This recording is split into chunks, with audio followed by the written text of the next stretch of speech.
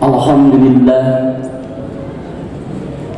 alhamdulillahilladzi khalaqal mauta wal hayata liyabluwakum ayyukum ahsanu amala.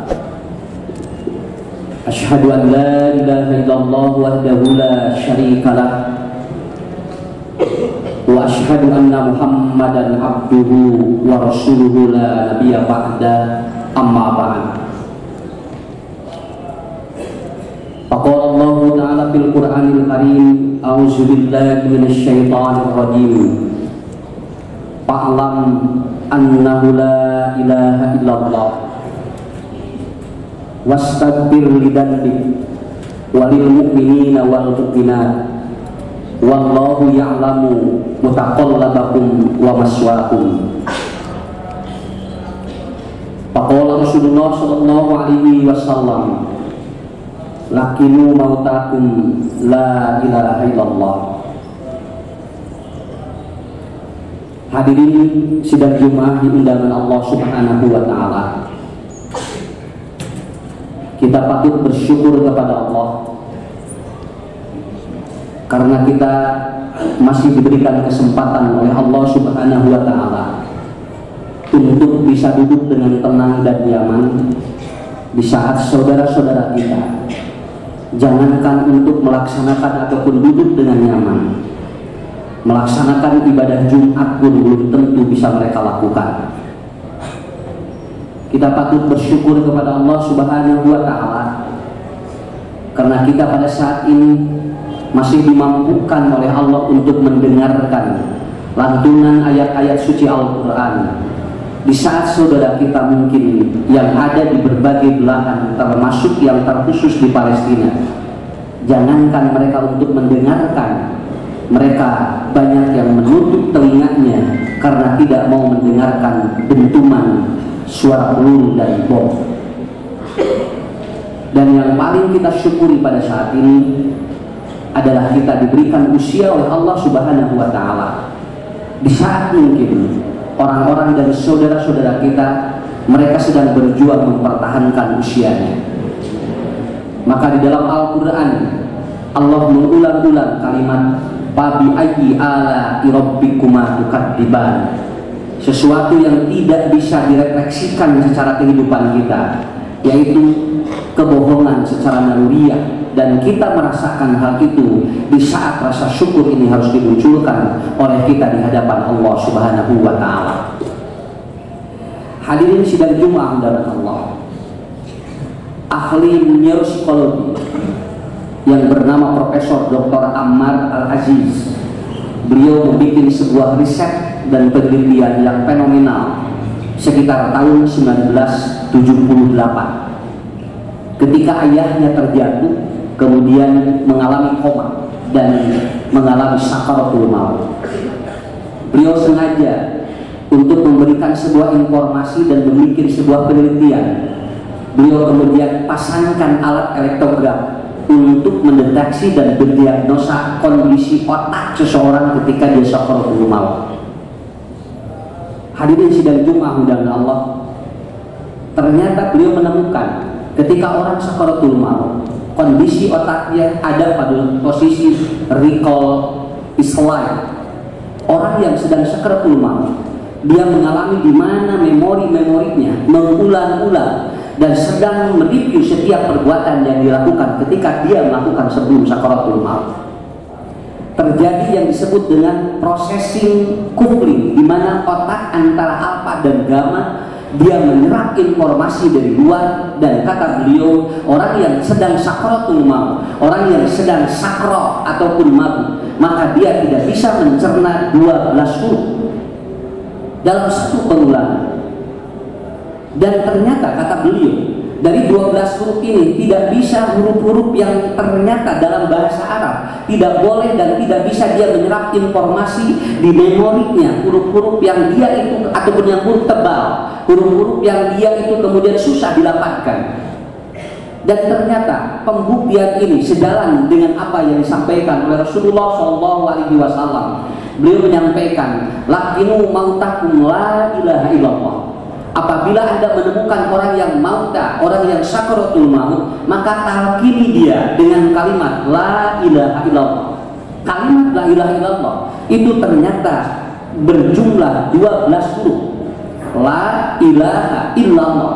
Dan ternyata di antara 12 huruf ini karakter hurufnya adalah tarki, kalau ataupun karakter hurufnya adalah lain, dia lembut. La ilaha alif lam ha.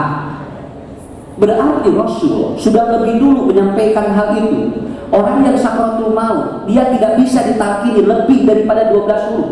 Orang yang sakaratul maut tidak bisa dia menerima dari frekuensi-frekuensi ataupun huruf-huruf yang dia itu kemudian apa? Karakternya tebal, tapi dia harus tarkib dan dia harus lembut. Dan ini terbukti, huruf-huruf alif, lam, ha adalah huruf yang dia mudah dilapatkan, huruf yang dia itu akan lunak, huruf yang sangat lembut. Tetapi ternyata kelembutan huruf ini, karakter huruf ini tidak mudah dilapatkan oleh seseorang karena dia memiliki kekerasan hatinya, dia memiliki asyiddan, dia memiliki keras hati, dan dia ternyata begitu mau dilapatkan susah sekali. Dan ini terbukti dengan siapa? Fir'aun. Fir'aun ini adalah orang yang sebagai contoh di dalam Al-Quran yang diulang-ulang oleh Allah di dalam beberapa surat. Dia susah sekali untuk mengucapkan. Ketika Fir'aun ditenggelamkan oleh Allah, dia tidak berani mengucapkan la ilaha illallah. Padahal ada kesempatan pada saat itu. Tetapi yang dikatakan oleh Fir'aun adalah apa? Anda, ataupun ketika dia mengatakan Anda rabbukumul a'la sebelumnya, lalu dia mengatakan amantu birabbi Musa. Dia tidak mampu mengucapkan la ilaha illallah. Tetapi yang diucapkan dari mulut Fir'aun adalah apa? Amantu birabbi Musa. Dan dia tidak menyebut Allah. Kenapa? Karena berat sekali. Padahal Fir'aun ini mungkin kalau mengucapkan itu bisa saja karena beliau diperlihatkan oleh Allah. Tetapi dia tidak mudah. Karena apa? Karena ada 3 faktor orang tidak mudah mengucapkan kalimat yang lembut yang sudah diajarkan oleh Rasulullah. Jadi jangan dianggap enteng. Ketika la ilaha illallah kita ucapkan setiap hari, tetapi kemudian ada sesuatu yang menghalangi. Kenapa? Yang pertama, yang akan membuat kalimat lembut tadi, kalimat tarkik tadi tidak mudah diucapkan oleh orang yang sakaratul maut apabila dia itu al-istimrar bidunu. Orang ini biasa maksiat. Orang yang biasa maksiat itu akan susah mengucapkan itu, walaupun kalimat itu mudah. Dan kalimat itu hanya 12 huruf. Kalaupun diulang-ulang kita sebelum kita mati atau sebelum kita sakaratul maut itu sangat gampang sekali. Hampir semua kalimat-kalimat adzan itu mudah, adalah kalimat-kalimat yang sangat mudah. Tetapi ternyata tidak mudah. Kenapa? Karena orang ini biasa maksiat. Kebiasaan maksiat akan membuat hatinya menjadi ternoda, dan pada saat dia mengucapkan dan dia akan keras sehingga kelembutan kalimat ini ternyata tidak menembus ataupun kerasnya hati dia. Itu yang pertama. Jadi orang yang dia itu bergelimang dengan dosa, orang yang setiap harinya dengan atau dia itu selalu melakukan maksiat dan dia tidak pernah hidupnya ada kebaikan, maka itu pun terjadi kepada Fir'aun. Fir'aun tidak pernah melakukan sebuah kebaikan sedikit pun. Makanya begitu mau mengucapkan la ilaha illallah dia tidak mampu, sekedar dia mengucapkan amantu birabbi Musa.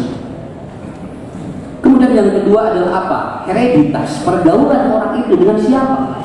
Makanya kata Rasulullah SAW, ar-rajulu ala dini khalil, falyanzur man yukhaliluhu. Karena kita kalau terus ngobrol, kita terus berbicara, kita terus ataupun melakukan kita sosialisasinya dengan orang-orang yang dia tidak mungkin sering mengucapkan kalimat-kalimat itu ataupun jauh dari Allah, maka ataupun orang itu pun akan susah untuk mengucapkan kalimat itu. Kenapa? Karena ternyata ataupun pergaulan manusia akan membentuk dia apabila dia pernah belajar, tetapi pergaulan sehari-harinya dengan orang-orang yang sulit mengucapkan kalimat itu, maka dia ketika sakaratul mautnya pun dia itu tidak mudah untuk mengucapkan itu.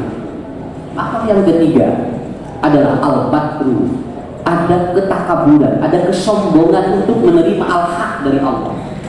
Dan inilah hadirin yang dimuliakan Allah, kalimat la ilaha illallah yang lembut, kalimat la ilaha illallah karakternya yang dia itu tarkib tetapi tidak mudah diucapkan, walaupun dia mungkin mampu tetapi ternyata tidak dimampukan oleh Allah karena hatinya sudah keras, hatinya sudah tidak mungkin menembus dua kalimat ini. Makanya Quran dalam Quran surat Muhammad, fa'alam annahu la ilaha illallah, dan Rasul sendiri yang mengatakan lakinu mautakum la ilaha illallah. Hadirin sidang Jumat dalam Allah sebagai barometer dan ukuran kita. Kenapa Fir'aun sangat sulit untuk mengucapkan kalimat itu? Maka ada 3 alasan Kenapa Fir'aun itu dia tidak mampu mengucapkan itu? Kemudian yang kedua, Fir'aun itu tidak ada rasa kasih sayang. Kalau ada ataupun kalau ada ayam yang kemudian anaknya mati tergilas oleh motor, induknya tidak akan merasa sedih. Induknya tidak akan merasa dia kehilangan. Karena apa? Karena potensi batinnya sudah hilang di dalam ataupun di dalam ayam itu. Demikian pula orang-orang yang dia melihat anak-anak yang dia itu kemudian ditembaki, anak-anak yang dibombardir, tidak ada sedikit pun rasa itu muncul. Apakah dia simpati ataupun empati, malah dia merasakan bangga dengan kematian itu. Apa bedanya dengan Fir'aun yang pada saat itu dia membunuh setiap anak yang lahir laki-laki, dia kemudian disembelih. Kenapa? Karena dicabut oleh Allah rasa itunya. Potensi batinnya tidak diturunkan oleh Allah. Dan apabila potensi batin ini sudah dicabut oleh Allah, maka manusia balhum ador, maka dia akan lebih sesat daripada binatang. Hadirin sidang Jumat menjalankan Allah, apa yang menyebabkan Fir'aun dia itu tidak percaya Allah, sehingga kalimat la ilaha illallah dia tidak muncul. Lebih dari itu, dia memproklamirkan dirinya sebagai Tuhan, anna rabbukumul a'la, sebagaimana yang disampaikan dalam Quran surat An-Najiyah. Di khutbah yang kedua, ada 3 alasan Fir'aun sulit untuk menerima hidayah. Barakallahu li wa lakum.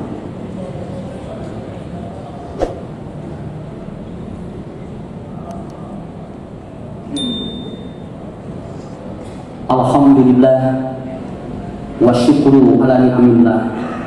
Asyhadu an la ilaha illallah wahdahu la syarikalah. Wa asyhadu anna Muhammadan abduhu wa rasuluhu la nabiyya ba'da, amma ba'd.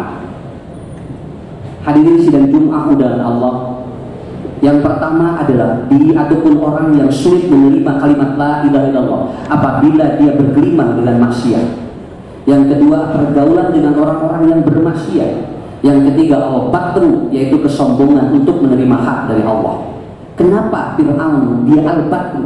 Makanya dalam kitab Al-Nul Mahfud dikatakan Fir'aun ini adalah orang yang a'lal batri, dia itu orang yang paling takabur ketika menerima kebenaran dari Allah. Karena ada 3 faktor yang menyebabkan dia sulit menerima itu. Yang pertama, Fir'aun ini tulul maliyah, hartanya tidak ataupun hartanya sangat banyak sekali. Dia hartanya luar biasa, jadi tidak pernah habis. Sampai nanti ada turunannya Korun pun itu ternyata hartanya tidak pernah habis. Biasanya orang yang dia bergelimang harta, kalau dia tidak dibimbing, maka biasanya harta itu akan dia membuat dirinya tidak percaya Tuhan. Malahan bisa saja rata-rata orang yang paling kaya sedunia, rata-rata agamanya kalau dia tidak percaya Tuhan, maka dia tidak mengakui ataupun tidak mengakui adanya Tuhan. Dia kan orang yang terkaya sedunia rata-rata ateis.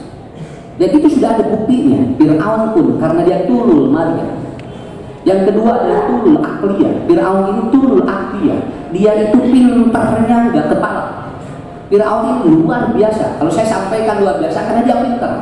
Sampai dalam sebuah riwayat Fir'aun ini bisa menjawab dari setiap pertanyaan yang belum diajukan oleh orang. Kalau orang mau bertanya, Fir'aun nggak bisa menebak ini jawabannya apa. Saking pinternya, sampai Fir'aun itu 24 jam dia pernah berpikir dan tidak pernah tidur.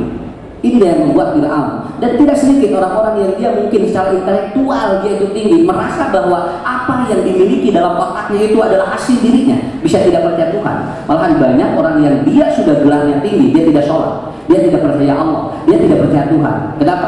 Ada sesuatu yang mungkin menyalurkan satu energi dengan Fir'aun. Fir'aun pun sama, tidak percaya Tuhan, menganggap dirinya Tuhan. Karena apa? Karena dia saking pinternya. Sampai ada seorang orang tua datang, Ustaz doain anak saya pulang dari New Zealand dan ternyata di sini sudah tidak sholat dan malahan sekarang sudah tidak percaya kepada Allah karena dia mendapatkan sambung laut yang hebat luar biasa, otaknya luar biasa, pintar. Padahal anak saya dari mulai SD dia SD kita. Tapi begitu dibombardir otaknya dengan orang-orang yang mungkin merasa pintar dan tidak percaya Allah, akhirnya dia kembali ke Indonesia karena sudah tidak percaya Allah. Kenapa? Karena orang yang pintar kalau tidak dibimbing begitu. Dan yang ketiga, kalau yang kaya masih bisa ada, Pak. Nabi Sulaiman masih kaya, Korun juga kaya. Kalau pintar juga masih banyak. Banyak yang pintar-pintar. Padahal manusia pintar itu hanya menemukan, yang menciptakan ilmu itu kan Allah. Tapi ada yang membuat Fir'aun mengaku dirinya Tuhan. Apa? Tulul afiyah. Fir'aun tidak pernah sakit selama 400 tahun. 446 tahun Allah kasih umur kepada dia, tapi 400 tahun tidak pernah dia batuk, tidak pernah dia demam, tidak pernah dia sakit sama sekali. Inilah yang dia berani untuk mengatakan, saya ini adalah orang hebat dan saya ini bisa menguasai manusia. Begitulah kalau orang sudah tiga-tiganya lengkap, maka kalau tidak dibimbing dia akan seperti Firaun. Hadirin sidang Jumat dan Allah, inilah yang membuat dia al-batru, inilah yang membuat takabur tingkat tinggi di Firaun, sehingga dia tidak mampu, padahal pintar, padahal kaya, padahal dia diberikan kesehatan, tapi dia tidak mampu mengucapkan la ilaha illallah dengan karakter yang sangat lembut, kalimatnya itu hurufnya alif, lam, dan a, tapi tidak mampu karena ada 3 faktor yang ini. Hadirin sidang Jumat dan Allah, maka alhamdulillah kita bersyukur kepada Allah karena setiap dosa yang kita lakukan selalu kita ampunkan, minta ampunkan kepada Allah. Setiap apapun ataupun pergaulan kita mungkin bisa memfilter dengan siapa kita harus banyak bergaul. Dan yang paling pokok, ada hati untuk membuka dari siapapun ilmu selama itu dari Allah. Kita selalu membuka pikiran kita dan hati kita. Itulah yang akan membuat kita dimudahkan oleh Allah untuk mengucapkan kalimat la ilaha illallah. Terakhir, simpel sekali Rasul mengatakan, mentalkini orang yang mau meninggal dunia tidak terlalu panjang dan jangan terlalu panjang, karena dia cukup mengucapkan 12 huruf dengan karakter huruf yang lembut, itu pun tidak mudah untuk diucapkan kalau dia ada yang menghalangi di hatinya. Mudah-mudahan Allah mudahkan dan mudah-mudahan Allah memberikan hidayah juga kemudahan kepada kita semuanya. Kita tutup khutbah Jumat ini. Rabbana hab lana min azwajina wa dhurriyyatina qurrata a'yun waj'alna lil muttaqina imama. Rabbana la tuzigh qulubana ba'da idh hadaitana wa hab lana min ladunka rahmatan innaka antal wahhab. Allahumma ahsin akibatana fil umuri kulliha wa azzilna min khizyid dunya wa adzabil akhirah. Rabbana atina fid dunya hasanah wa fil akhirati hasanah wa qina adzabannar. Assalamualaikum warahmatullahi wabarakatuh.